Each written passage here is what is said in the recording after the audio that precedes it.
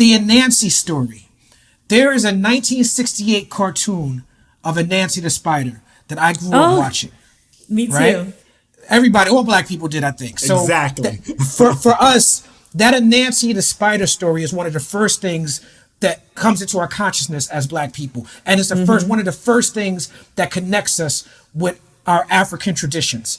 Absolutely. It's a very powerful story. Now, Neil Gaiman wrote Anansi into his American Gods thing, and you got to play the character. Your speech when you first showed up as Mr. Nancy, which is a version of this Anansi the Spider character, right? Your speech in American Gods went viral back when it came out. And I watched it just because I was a fan of Neil Gaiman, but I didn't know you were in it when I watched it. And so when you popped up on the screen, right, I was like, oh, okay, slave ship. Oh, there's Orlando. Okay, oh, this is interesting. Oh, this is interesting. And then the things that you said, I was like, I had never seen nothing like that on TV before, bro. And I understand why it went viral. And then in the era of George Floyd, in the era of Breonna Taylor, in the era of Ahmaud Arbery, this speech that you did in this TV show as Anansi the Spider, telling these black slaves and telling them that they're gonna be called black, and that's what they call you, and that's the nice name that they call you, right?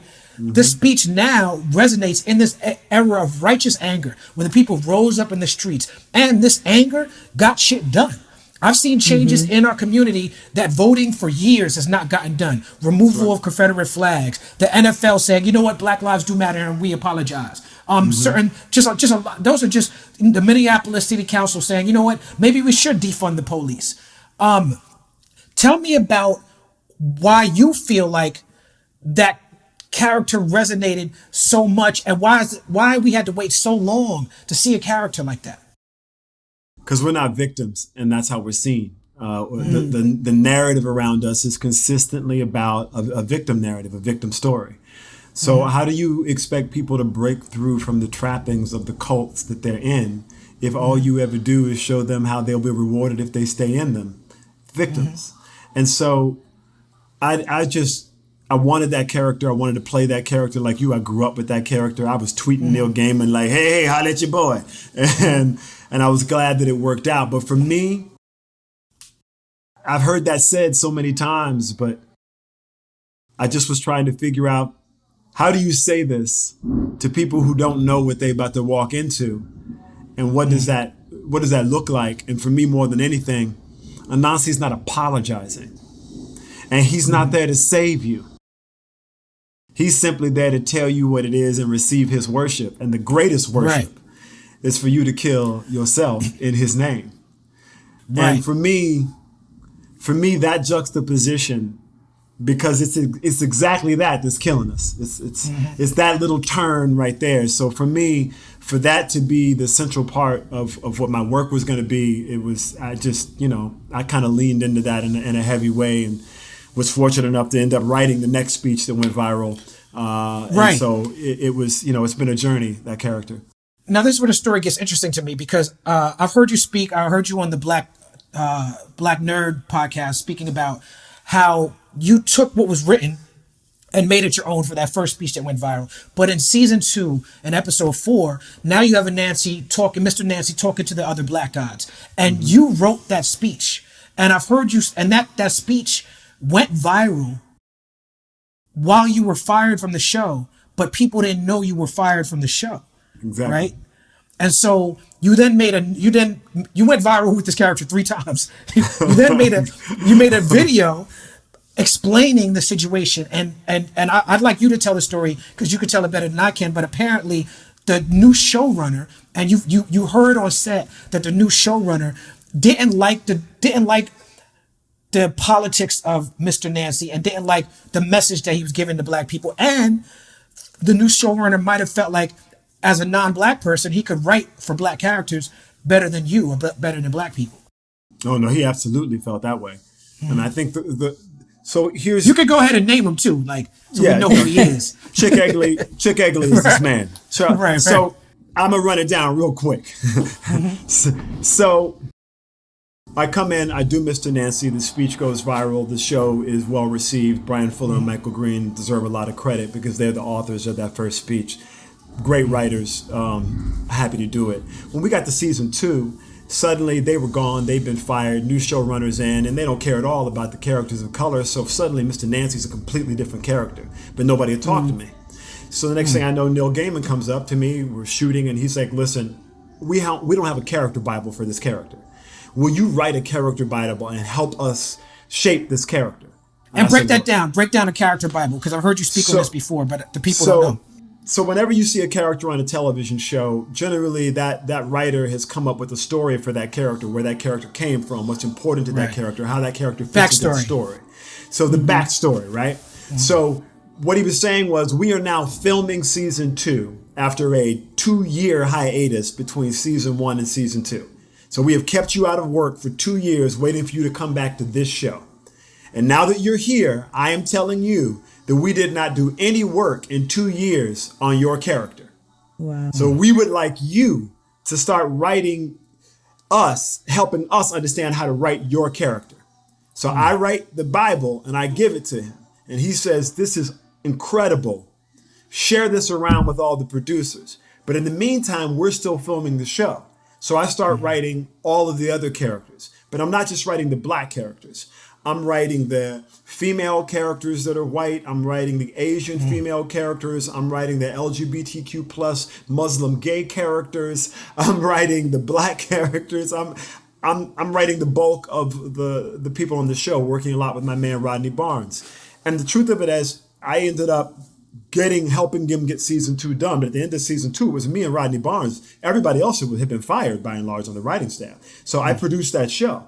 And it was the Writers Guild that made them give me a producing credit and a writing credit. So they had already promised, of course you're going to be a producer on season 3. Thank you so much for getting season 2 done. Thank you for all the work you did. Thank you for figuring out the season finale, because I wrote the season finale with Rodney Barnes. So it was very bizarre to have them be like, oh, we changed creative directions. I'm like, from what? From what I wrote in the season finale? No, you didn't. You can't. So it was a very strange thing. So they kind of strung me along for 5 months. And then they call me up and tell me I'm fired. But the people who called me aren't the people I work for. Wow. So then I was like, whoa, that's weird. So where's my termination paperwork? And they wouldn't send termination paperwork. And I was like, this is just surreal. So then I thought, I'm just going to sit back and wait for a minute and see what drops off. Next thing I know, the funeral parlor scene starts going viral. And they're retweeting it and posting about it and telling people. And so here's the key part of this story. I've been in the Writers Guild for 25 years. I'm tenured. So I know other writers around town. But Chick Egley didn't know that. So he's running around the other writers around town talking about how Brian Fuller and Michael Green messed up American Gods. They never should have set up Anansi as angry. He doesn't like it. He doesn't like the way I played it. It's to this. It's to that. So he's just bumping gums all around town, talking to people I've known for 25 years. Wow. And they're coming back telling me what he's saying, but I got no reason to attack that man. He hasn't said it directly to me, and he won't speak to me. And the studio and the network are telling me, you good. You are writing Mr. Nancy. You will be a producer. Of course, we're not getting rid of you. We're good. So that's kind of how it went down until finally it was, I got a phone call. So what I said in my video was what I had been told. He writes from a black male perspective. He thinks he is black. Straight up. Black Panther t-shirts. Rachel. Like wait, Black Panther. You're talking about Marvel Black Panther t-shirts, not Huey Black Panther t-shirts. So like he's not like he wasn't doing Wakanda like. Nah. I can see him showing up in the writers' room like. Dude thinks he is the blackest dude in the game, like hats, style, the way he carries himself. He's from Boston. This is a Boston white dude, right? It was just crazy to watch that play itself out. But what was really crazy to me that there was a studio, a network, and a cast full of black people and people of color who were not willing to stand up and call this dude out for being a culture vulture. Particularly on a show that was so multicultural, for suddenly him to be telling you this is how it's going to work and I'm going to decide this. I'm like, we established these characters before you got here. Yeah. At least be respectful enough for human beings to have a conversation with them and to allow them to be in the discourse. Whether you keep the character or not keep the character is not the point. But it was coming in, oh, you gonna tell me what black is, and he gonna tell all y'all what it is, and y'all just gonna go along with it? Like, Right. then let me do a pushback from this show altogether, because there's simply no way this white dude from Boston could possibly write these two Muslim gay characters. He knows nothing about what it means to be disenfranchised, nor does he care. So that was really, for me, the whole of it all. You know, you try and behave in those situations above board, but I have two daughters that I have no intention on allowing to walk into that situation and be treated like second-class citizens. So, That's right. frankly, he chose the wrong one. And as soon as Right. SAG launched their investigation, I was like, if they can do this to me, if they can fire you 2 weeks before the season starts, if they can sit up on your rights for 4 years and not allow you to work, there's only one word for that, and that's chattel slavery. That's what Kurt Flood fought against for professional sports. That's why free agency exists.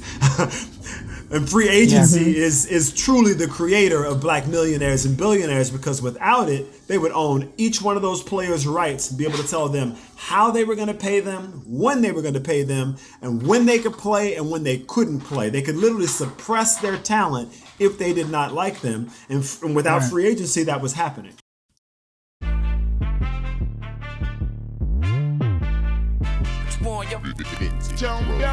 What we done started. Look at what we done started. This the people party. When opportunity knocking, then young nigga move that door. Whoa, get your foot stuck, get it, call me young, go get it.